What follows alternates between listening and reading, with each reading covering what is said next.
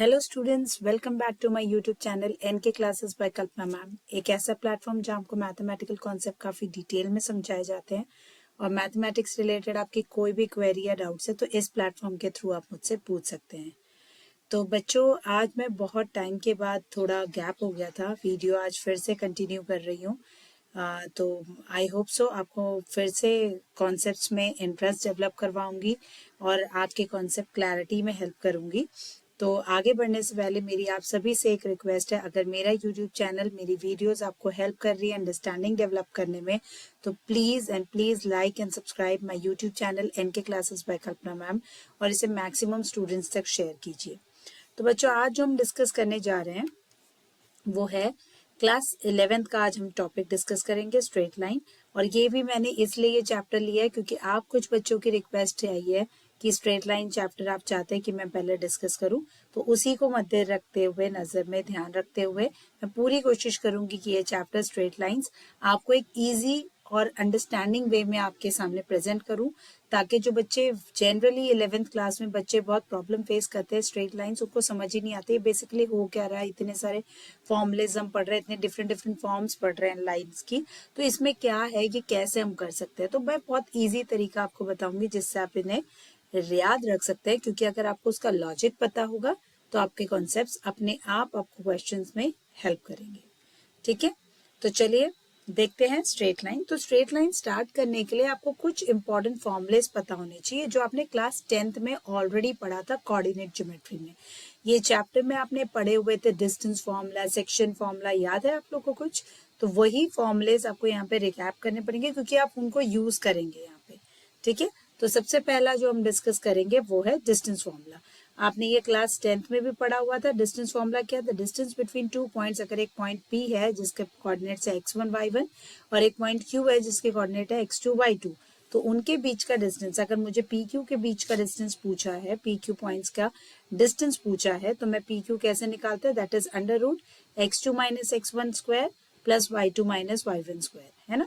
यहाँ पे आप ऑफकोर्स P और Q दो पॉइंट्स हैं, आप x1 x2 कोई भी लेते तो यहाँ पे वैसे भी स्क्वायर हो रहा है, तो डिस्टेंस नेगेटिव कभी नहीं आ सकती क्योंकि स्क्वायर हो रहा है। फॉर एग्जांपल एक मैंने पॉइंट ले लिया, डिस्टेंस बिटवीन द पॉइंट 6, -4। तो आई होप से ये सबको पता होगा, पहला वाला कोऑर्डिनेट, जब भी हम ऑर्डर पेयर लिखते हैं, कोऑर्डिनेट्स लिखते हैं, तो पहला पॉइंट x को रिप्रेजेंट करता है और दूसरा y का कोऑर्डिनेट होता है, राइट। तो यहाँ पे x1 है 6 एंड y1 है आपका 4, जबकि इस वाले कोऑर्डिनेट की बात करें तो x2 है 3 और y2 है क्या? 0। ठीक है, तो अब डिस्टेंस फॉर्मूला क्या है हमारा? x2 minus x1 whole square, so x2 is what? 3 minus 6 whole square. तो देखिए कंफ्यूज मत होइएगा, अगर मैं चाहूँ तो इस पॉइंट को x2 y2 ले लेती हूँ और इसको x1 y1 लेती हूँ, तो आंसर में कोई डिफरेंस नहीं आएगा क्योंकि आपको स्क्वायर ही निकालना है फाइनली, राइट। स्क्वायर निकालेंगे तो वो पॉजिटिव ही वैल्यू बनेगी। तो 3 माइनस 6, हाँ पर ये ऑर्डर ध्यान रखेंगे, अगर x1 आपने ये पॉइंट लिया तो y1 यहाँ का नहीं ले सकते, y1 उसी के करस्पॉन्डिंग कोऑर्डिनेट होगा y का। ठीक है, सो 3 माइनस 6 का whole square plus 0 minus of -4, क्योंकि 0 माइनस ऑफ -4 क्या बन जाएगा आपको? पॉजिटिव, तो इसलिए आगे 0 प्लस 4 का स्क्वायर। तो यहाँ आ गया -3 का स्क्वायर, -3 का स्क्वायर होता है 9 और 4 का स्क्वायर होता है 16। सो 16 प्लस 9 इज रूट 25 और 25 का स्क्वायर रूट होता है 5। तो इसका मतलब जो ये दो पॉइंट्स है P और Q, इनके बीच के डिस्टेंस, या फिर हम बोल सकते हैं PQ जो है वो कितने हैं? 5 यूनिट्स है, राइट। तो ये डिस्टेंस फॉर्मूला क्लास 10th में पढ़े, पर आपको ये याद रखना जरूरी है क्योंकि आप यहाँ पे स्ट्रेट लाइन में भी इसका यूज करेंगे। ठीक है, दूसरा एक इम्पॉर्टेंट फॉर्मूला जो आपको ध्यान रखने की जरूरत है वो देखते हैं हम जरा यहाँ पे। वो क्या है हमारे पास? सेक्शन फॉर्मूला, याद है आपको? So the coordinates of the point dividing the line segment joining the points x1 y1 and x2 y2 internally in the ratio m:n। आपने ऐसा ही कुछ पढ़ा था। देखिए एक लाइन है सपोज, ठीक है, और मैं बोल रही एक पॉइंट है, ये पॉइंट P, और यहाँ पे सपोज मैं ले लेती हूँ, मैं एक, चलिए एक लाइन सेगमेंट के टर्म में एक्सप्लेन कर देती हूँ आपको। पहले मैं इसको जरा वो कर लेते हैं, लिख सके मैं इसमें से इरेजर देख लेती हूँ, आपको एक्सप्लेन करने के लिए बेटर रहेगा मेरे पास, इसमें से आ जाएगा। तो हाँ, एक सेकेंड ना, मैं यहाँ से इरेजर लेके इसको जरा एक बार इरेज करके आपको फिर से एक्सप्लेन कर देती हूँ कि मैं क्या बताना चाह रही हूँ आपको।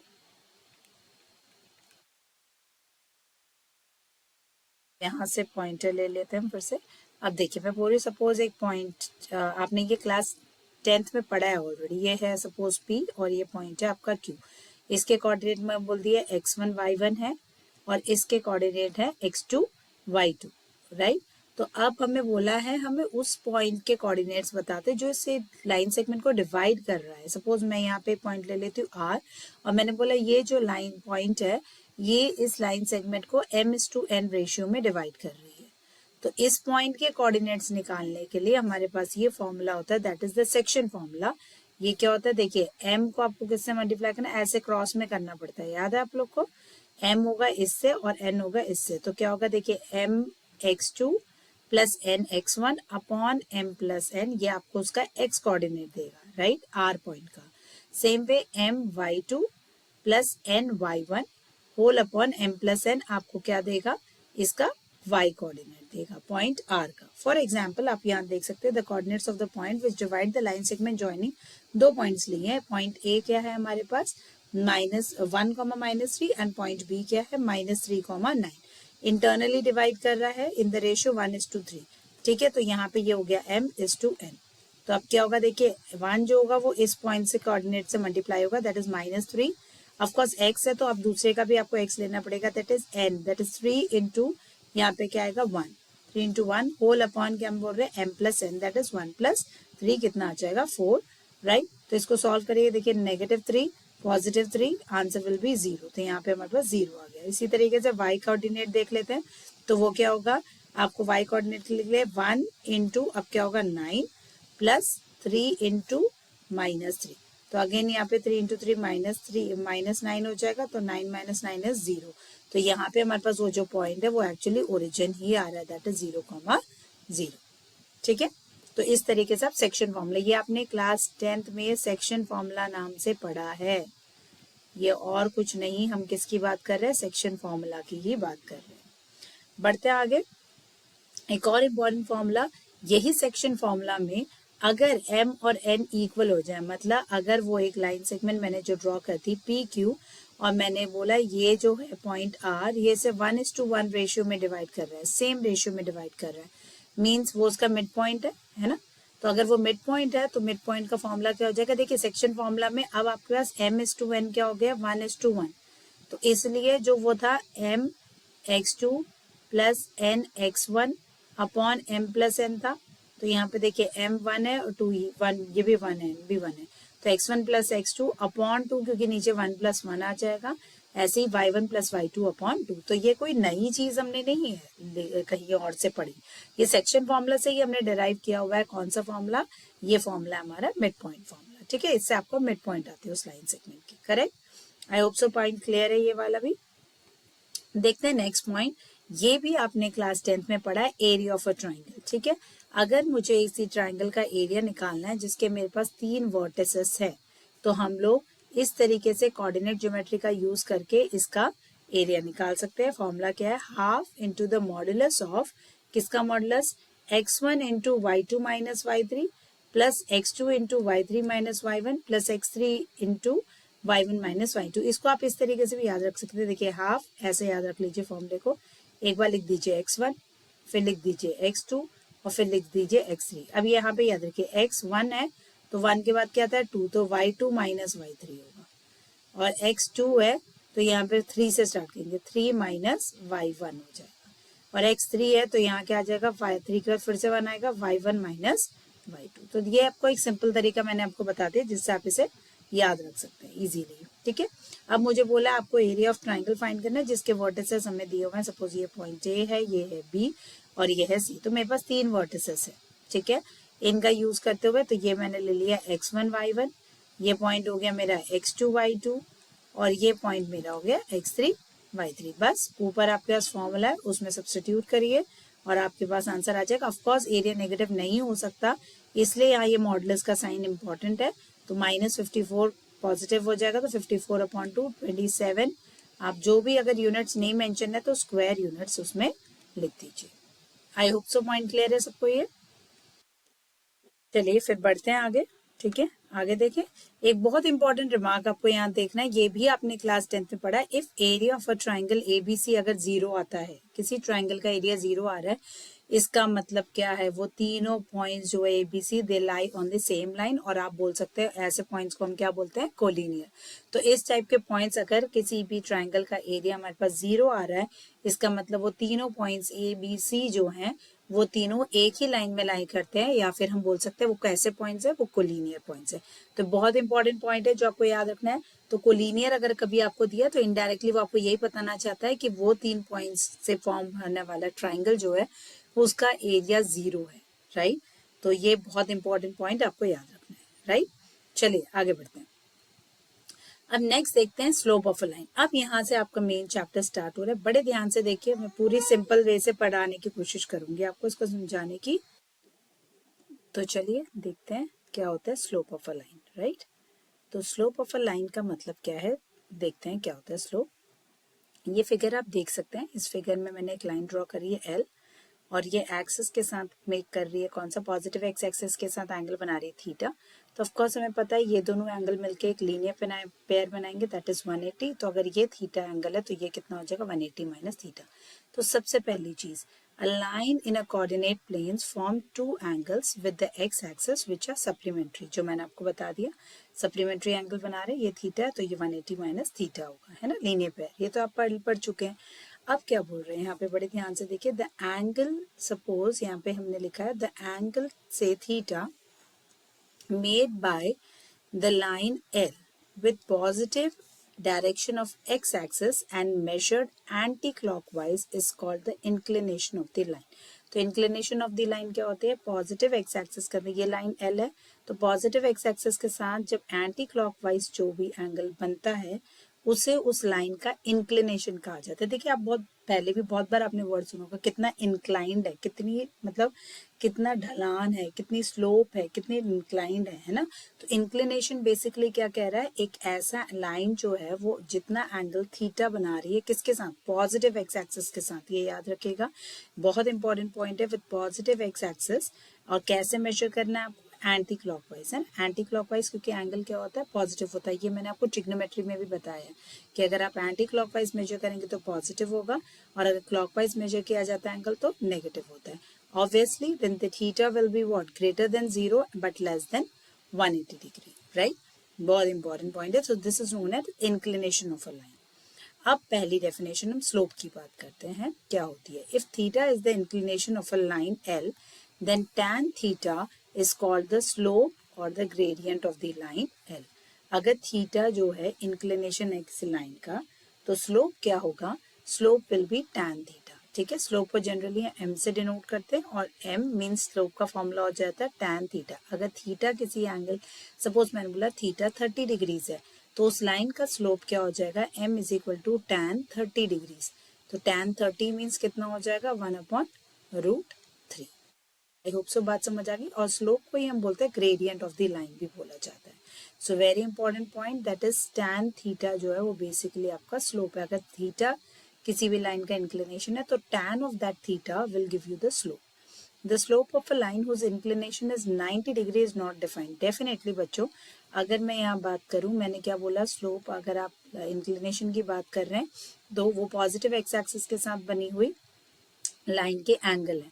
तो अगर कोई एक लाइन है जिसका स्लोप क्या बोला, तो slope of a line whose inclination is 90, of course means वो लाइन कुछ इस तरीके से होगी, 90 डिग्री बना रही है।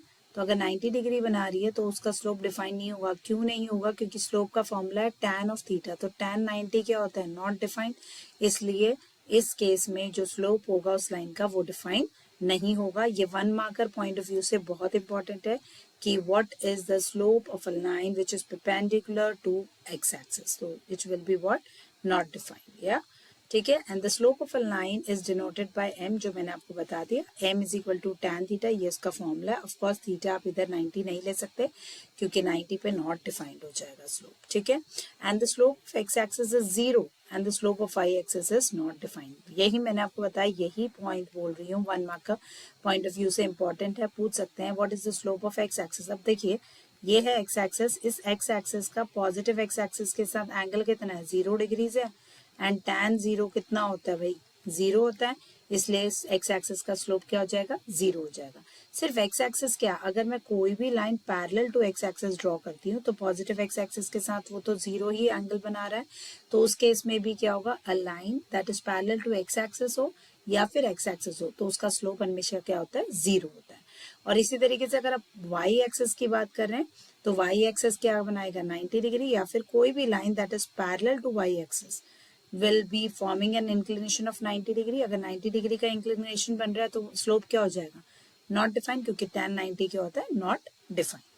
ठीक है, चलिए देखते हैं आगे। So slope of a line when the coordinates of any 2 points on the line are given. तो अभी तक मैंने जो डिस्कस किया वो ये डिस्कस किया कि अगर किसी पॉइंट का, किसी लाइन का मुझे स्लोप निकालना है तो पहले मुझे उसका इंक्लिनेशन देखना पड़ेगा, इंक्लिनेशन एंगल कितना है, और उसी एंगल का अगर मैं tan निकाल दूंगी, दैट इज tan थीटा, तो वो मुझे उस लाइन का स्लोप दे देगा। अब स्लोप अलग अलग वे से भी निकाले जा सकते हैं, मीन्स आपको कंडीशन देखनी पड़ेगी कि क्या दिया है ना। Slope of a line when coordinates of any 2 points on the line are given. अगर कोई भी एक लाइन है जिसमें 2 कोऑर्डिनेट्स दिए हैं, जैसे आपको ये दिख रहा है, ये पॉइंट P है और ये पॉइंट Q है, तो इसके 2 कोऑर्डिनेट्स मुझे दे रखे हैं। तो अब मुझे बताना है कि इस लाइन का स्लोप क्या होगा जब मेरे पास 2 कोऑर्डिनेट्स है। तो इसका फॉर्मूला तो कैसे है वो ही हम डिस्कस कर रहे हैं, और अब आपको एग्जाम में कोई डेरिवेशन नहीं पूछी जाएगी, पर हाँ आपको इसका लॉजिक समझ आना जरूरी है, इसलिए हम ये डिस्कस कर रहे हैं। फॉर्मूला भी बहुत ईजी है, आप देखते हैं कैसे होता है। देखिए, लेट्स पी पॉइंट के कोऑर्डिनेट्स है x1 y1 एंड q के पॉइंट्स के मैंने कोऑर्डिनेट्स ले लिए x2 y2, be the 2 points on the non vertical line L whose inclination is theta। ठीक है, of course x1 is not equal to x2, मैंने 2 अलग पॉइंट्स लिए, यहाँ पे है x1 और यहाँ पे है x2, है ना, तो ये इसके करस्पॉन्डिंग x यहाँ पे है, ये x1 और ये है आपका x2, तो अलग पॉइंट्स है। Otherwise the line will become perpendicular to X axis and it slope will not be define. Definitely अगर वो दोनों एक ही होगा तो परपेंडिकुलर बन जाएगा, उस केस में स्लोप आप डिफाइन नहीं कर सकते। So the inclination of the line L may be acute और ऑब्ट्यूट, 2 केसेस पॉसिबल है ना, ये एंगल एक्यूट भी हो सकता है और एक्यूज एंगल भी बन सकता है, इस तरीके से भी तो लाइन जा सकती है ना। ठीक है, तो हम वो दोनों केसेस डिस्कस करेंगे। तो पहला केस हम बोल रहे हैं व्हेन थीटा इज एक्यूट, तो ये मैंने अब थीटा एक्यूट एंगल लिया है। तो यहाँ देखिए इस फिगर में अगर आप देखेंगे तो एंगल MPQ, यहाँ देखिए बड़े ध्यान से, मैंने क्या किया, इस पॉइंट से एक परपेंडिकुलर ड्रॉप कर दिया, ठीक है, ये पॉइंट, और यहाँ से भी मैंने क्या करा, इधर पे एक ड्रॉ करी है लाइन, तो इस तरीके से यहाँ पे एक राइट एंगल ट्राइंगल बन गया। सो एंगल MPQ मीन्स कौन सा बन रहा है, MPQ, ये वाला एंगल भी थीटा होगा, क्योंकि ये देखिए ये एंगल थीटा है। अगर इस लाइन के PM आपने पैरेलल बनाई है OR के, तो करस्पॉन्डिंग एंगल्स हैं ये, है ना, देखिए ये दोनों करस्पॉन्डिंग एंगल्स हो गए, तो ये थीटा हो गया। तो slope of this line will be what, देखिए लाइन L का स्लोप क्या, पॉजिटिव एक्स एक्सिस के साथ वो जितना एंगल बना रहा है थीटा, तो slope will be M is equal to tan theta, right. But in triangle MPQ, अगर आप ये वाला राइट एंगल ट्राइंगल देखेंगे, हमें पता है अगर tan थीटा, देखिए आपने ट्रिग्नोमेट्री पढ़ी है ना, इन ट्राइंगल MPQ लिया मैंने, तो मुझे पता है tan थीटा क्या होता है, परपेंडिकुलर अपॉन बेस। तो यहाँ पे पेंडिकुलर ये थीटा है आपका, ठीक है, tan थीटा यहाँ लोगे तो परपेंडिकुलर है QM और बेस है आपका PM, तो QM अपॉन PM, ठीक है। तो QM आपके पास क्या, देखिए अब ये QM लेंथ अगर मुझे निकालनी है, ठीक है, तो यहाँ के कोऑर्डिनेट है x2 y2 और यहाँ इस पॉइंट में मैंने पॉइंट P लिया है।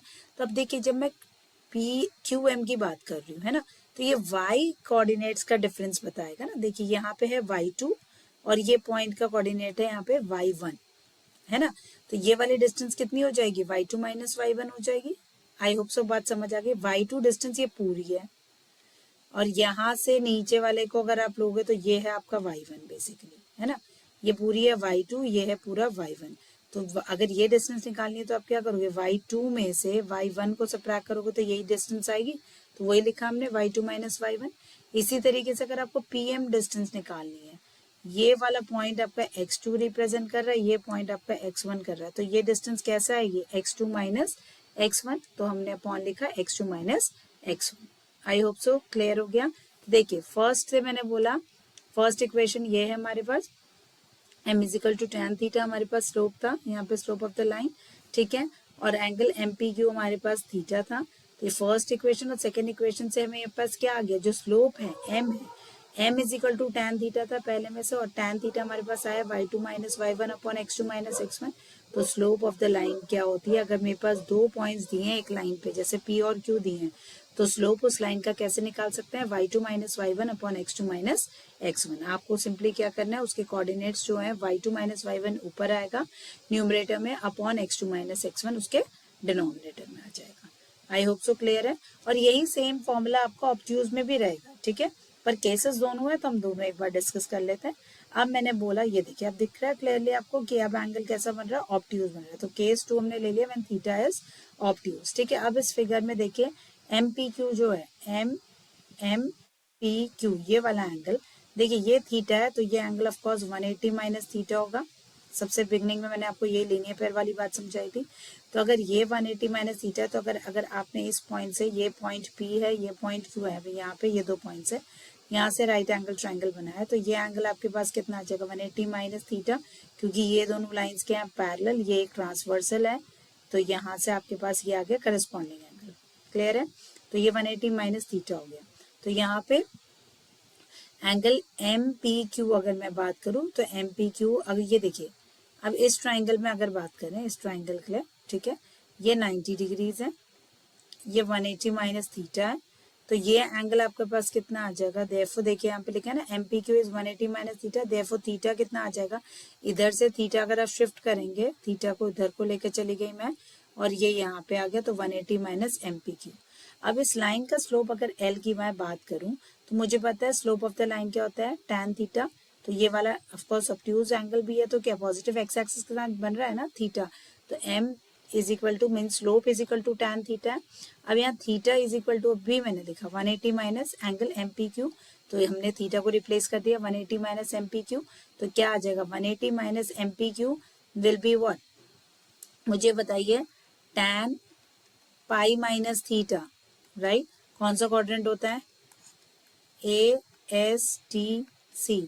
पाई minus theta means second quadrant, यहाँ आता है ना pi, pi minus theta second quadrant, second quadrant में तो साइन पॉजिटिव होना चाहिए, तो इसका मतलब माइनस हो जाएगा।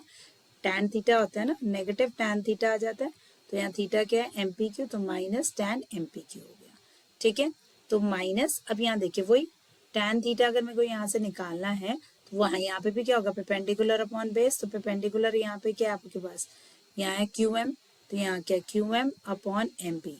180 माइनस वाले एंगल के लिए निकाल रही हूँ मैं, इस एंगल के लिए निकाल रहे अगर हम, tan of this angle will be perpendicular upon base, so perpendicular हो गया। अब ये वही सेम चीज मैंने जो आपको समझाई थी, y2 माइनस y1, तो यहाँ क्या? y2 minus y1 upon x2 minus x1, यहाँ पे आ गया x1 माइनस x2, ऑफकोर्स क्योंकि ये वाला पॉइंट यहाँ पे है और ये पॉइंट यहाँ पे है, तो यहाँ से आ जाएगा दिस माइनस, आपको ये वाला डिस्टेंस को सब्ट्रैक्ट करनी पड़ेगी, है ना। तो ये वाली डिस्टेंस आपकी x2 डिनोट कर रही है, ये डिस्टेंस x2 है और ये पूरी डिस्टेंस x1 है, तो इसलिए यहाँ पे क्या आ गया? x1 minus x2। तो यहाँ देखिए एक नेगेटिव साइन था, ये नेगेटिव साइन अंदर ले लेंगे तो x2 माइनस x1 लिख सकते हैं, साइन चेंज हो जाएंगे। तो बोथ द केसेस से हमारे पास क्या आया? अगर मेरे पास दो पॉइंट्स हैं, तो उस लाइन में, एक लाइन में दो पॉइंट्स गिवन है, तो उस लाइन का हम स्लोप कैसे निकाल सकते हैं? m is equal to y2 minus y1 upon x2 minus x1। Simple formula याद रखना है, अगर 2 पॉइंट, इसको बोलते हैं 2 पॉइंट फॉर्म, है ना, इसे बोलते हैं 2 पॉइंट फॉर्म, क्योंकि हमारे पास दो पॉइंट्स दिए एक लाइन में, तो 2 पॉइंट फॉर्म स्लोप की क्या है? That is slope of that line which have 2 points and on it, तो हम बोल सकते हैं स्लोप हो जाएगा y2 minus y1 upon x2 minus x1। I hope so point clear हो गया सबको ये, ठीक है। अब ये देखिए बहुत इंपॉर्टेंट, बहुत ही इंपॉर्टेंट कंडीशन, एग्जाम में बहुत सारे क्वेश्चंस इस पे बेस्ड आएंगे, तो बड़े ध्यान से देखिएगा। Conditions for parallelism and perpendicularity of lines in term of their slope. तो अब हम कब दो लाइंस को पैरेलल बोलेंगे तब उनका स्लोप कैसा होना चाहिए, और परपेंडिकुलर है तो स्लोप कैसा होना चाहिए, या फिर आप बोलेंगे अगर वो पर्टिकुलर स्लोप इस तरीके का दिया है तो वो लाइंस पैरेलल है या परपेंडिकुलर है, कैसे डिसाइड करेंगे। बहुत इंपॉर्टेंट है बच्चों, बड़े ध्यान से देखिएगा, कोशिश करूंगी बहुत सिंपल वे में आपको समझाने की। अगेन इसका कोई प्रूफ नहीं पूछा जाता, पर आपको पता होना चाहिए, इसलिए हम ये जरूर डिस्कस करेंगे, ठीक है। अगर मैंने बोला दो लाइंस है L1 एंड L2, दोनों पैरेलल हैं, तो पहले मैं पैरेलल लाइंस के बारे में बात कर रही हूँ, ठीक है, पैरेलल लाइंस के बारे में बात कर रही हूँ, जहां मैंने बोला L1 is parallel to L2। अब मैंने बोला अगर सपोज ये L1 जो है ये पॉजिटिव एक्स एक्सिस के साथ अल्फा एंगल बना रहा है और ये एंगल मैंने लिख दिया बीटा, तो तो डेफिनेटली ये दो लाइंस पैरेलल है, ओ एक्स इसका एक ट्रांसवर्सल हुआ, तो ये तो क्या है, करस्पॉन्डिंग एंगल्स, तो यहाँ तो alpha will be equal to beta, इसका मतलब दोनों लाइन का इंक्लिनेशन एंगल क्या है, सेम है ना, अल्फा और बीटा दोनों सेम ही हो जाएंगे क्योंकि ये तो करस्पॉन्डिंग एंगल्स हैं।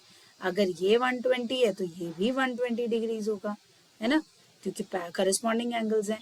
तो अगर इंक्लिनेशन इक्वल होगा तो उनका tan of alpha will be same as what, tan of beta ना, अगर ये 120 है तो ये भी 120 है, अगर ये 30 है तो वो भी 30 है।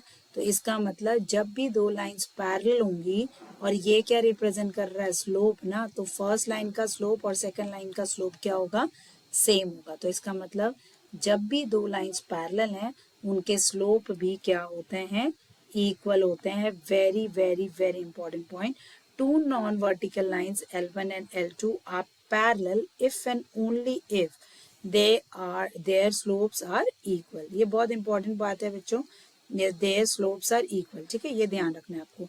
हमने क्या बोला, दो lines if and only if का मतलब ही होता है कि अगर ये है तो ये ट्रू होगा और ये है तो ये ट्रू होगा। इसका मतलब अगर लाइन पैरेलल है तो उनका स्लोप इक्वल होगा, अगर स्लोप्स इक्वल है इसका मतलब लाइन पैरेलल होगी। इफ एंड ओनली इफ का मतलब ये होता है, ठीक है। आई होप सो इसकी एक्सप्लेनेशन समझ आ गई होगी सबको।